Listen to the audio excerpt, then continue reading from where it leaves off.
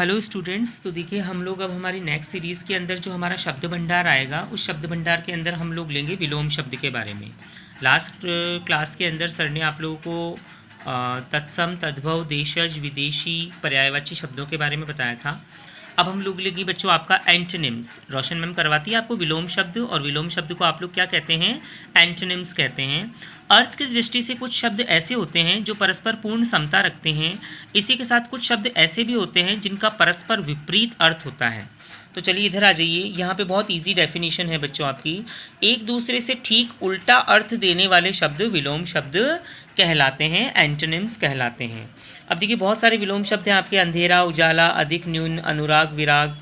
इधर आ जाइए आप लोग। अंधकार का प्रकाश, अनुज का अग्रज, आग का पानी, आवश्यक, अनावश्यक। बच्चों इसमें से कुछ विलोम शब्द जो हैं वो आप लोगों को याद करने हैं, और कुछ तो विलोम शब्द आप लोगों को आते हैं। कुछ विलोम शब्द ऐसे भी होंगे जो आप लोगों के लिए थोड़े से नए होंगे। जैसे आप लोग देखिए जैसे अंतर्जातीय तो सजातीय होता है, अरविभाव तिरोभाव होता है, आह्लाद विषाद होता है, अद्यतन पुरातन, अत्यधिक स्वल्प। अत्यधिक यानी ज़्यादा, स्वल्प का मतलब होता है कम। अत्यधिक का कम भी लिख सकते हैं हम लोग। उसके अलावा अभिज्ञ का अनभिज्ञ, करुणा का निष्ठुर था, अपव्ययी का मितव्ययी होता है, कुत्सित का प्रशंसित होता है, क्रिया का प्रतिक्रिया हो गया, क्रोध का क्या हो गया बच्चों? शांति, निरक्षर का साक्षर हो गया, निर्मल का मलिन हो गया। तो इस तरीके से ये सारे विलोम शब्द आप लोगों को पढ़ने हैं। अब आप आइए स्टूडेंट्स आगे।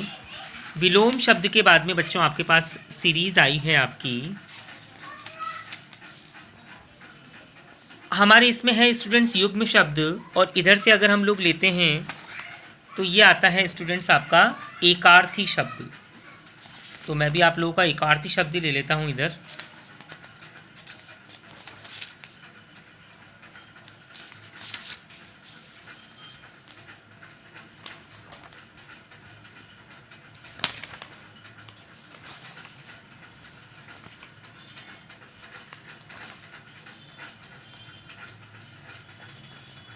तो चलिए स्टूडेंट्स हम लोग इसमें एक सीरीज़ ये वाली ले लेते हैं। ये देखिए बच्चों आप लोग यहाँ पर दिया हुआ है आपके नेक्स्ट, इस लेसन के अकॉर्डिंगली आपका नेक्स्ट जो दिया हुआ है 15 वाला सर आपको बाद में करवाएंगे। वाक्यांश के लिए एक शब्द या एकल शब्द दिया हुआ है। रोशन मैम भी आप लोगों को करवाती है वन वर्ड सब सिचुएशंस। तो देखिए यहाँ पर जो कहा ना जा सके, एकल शब्द या वाक्यांश के लिए एक शब्द, अनेक शब्दों के लिए एक शब्द का संबंध भाषागत संक्षेपण कला से है। आ जाइए इधर। अब देखिए स्टूडेंट्स डेफिनेशन देखते हैं। वह उपयुक्त संक्षिप्त शब्द। अब देखिए ये जो आपको एक लाइन लिखी गई है कि जो कहा न जा सके, ये पूरा उपयुक्त संक्षिप्त शब्द है जो अनेक शब्द संबंधों के लिए शीर्षक का कार्य करता है, एकल शब्द कहलाता है। जैसे जो कहा ना जा सके तो हम उसे अकथनीय कहेंगे। जिसका खंडन यानी टुकड़े ना हो सके अखंडनीय बोलेंगे। जिसकी गिनती ना हो सके उसे अगणित या अनगिनत कहा जाएगा। जो दिखाई ना देता हो अदृश्य। जिसका अंत ना हो अनंत। जो लिखा हुआ ना हो अलिखित। जिस स्त्री के कोई संतान न हो बांझ। जो पढ़ा हुआ न हो अपठित अनपढ़। व्यर्थ का प्रदर्शन करने वाला आडंबर। जंगल की आग को द्वाग्नि कहा जाता है। दिवाला निकला व्यक्ति दिवालिया कहलाता है। देश से द्रोह करने वाला वो देशद्रोही कहलाता है, यानी दगा करने वाला। तेज चलने वाला व्यक्ति दुर्तग्रामी कहलाता है। नया आने वाला नवागंतुक कहलाता है। तो ये आपको सारे स्टूडेंट्स आपको सारे इसमें से रीड आउट करने हैं। आपकी ये वाली हिंदी ग्रामर की बुक क्या कहती है? जो करने योग्य ना हो अकरणीय। जिसकी कल्पना न की जा सके अकल्पनीय। जिसकी गिनती सबसे पहले हो अग्रण्य। जो अपना प्रभाव दिखाने में न चूके अचूक। जिसे जीता ना जा सके अजय अजय। बड़ा चढ़ाकर कही गई उक्ति अतिशोक्ति कहलाती है। जिसका दमन न किया जा सके अदम्य। जिसका आदि ना हो यानी किसी चीज़ का आरंभ ना हो तो अनादि।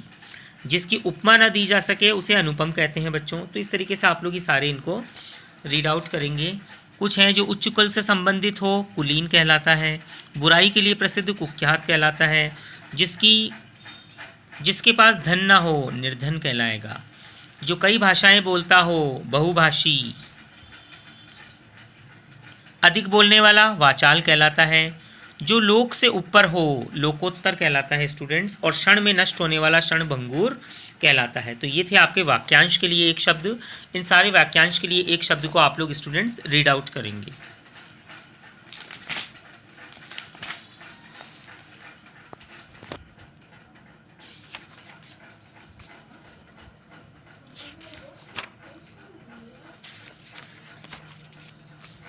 अब देखिए स्टूडेंट्स, आपका जो नेक्स्ट टॉपिक आ रहा है, इधर से मैं आपका 15 वाला ही ले लेता हूँ जो आपका रह गया। ये है आपका युग्म शब्द, जिसको आप लोग same pronunciation word with different meaning, ये भी रोशन मैम आपको इंग्लिश में करवाती है, जिसे आप लोग सम उच्चारित भिन्नार्थक शब्द भी कहते हैं। यानी कि बोलने के अंदर जब हम लोग उनको बोलेंगे तो बोलने के अंदर सेम आवाज़ आएगी या सेम प्रोनाउंसिएशन आएगा, लेकिन उनके अर्थ अलग अलग होते हैं। जैसे आप लोग देखिए, यहाँ पर मैं बोलूँगा इसको मैं कहूँगा स्टूडेंट, ये है अणु और ये है अनु। बोलने में सेम है, अर्थ अलग अलग होंगे। अणु का मतलब होता है छोटा कण और अनु का मतलब होता है पीछे, यानी जहाँ उपसर्ग लगता है।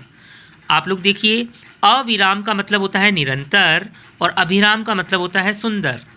अर्ध का मतलब आधा और अर्ध्य का मतलब होता है जलदान या तर्पण करना, अर्ध्य देना।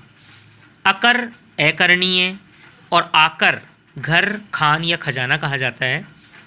यानी अकर का मतलब अकरणीय, यानी कि कार्य को कभी नहीं करना चाहिए, और आकर का मतलब हो गया घर, खान या खजाना। यानी समुद्र को रत्नों का आकर कहा गया है, क्योंकि समुद्र में बहुत ज़्यादा रत्न मिलते हैं इसीलिए। तो आप लोग यहाँ पे आ जाइए बच्चों। देखिए, अंश का मतलब और ये अंश बोलने के अंदर सेम लग रहे हैं, लेकिन अंश का मतलब होता है भाग और अंश का मतलब होता है कंधा। अकथ और ये है अथक।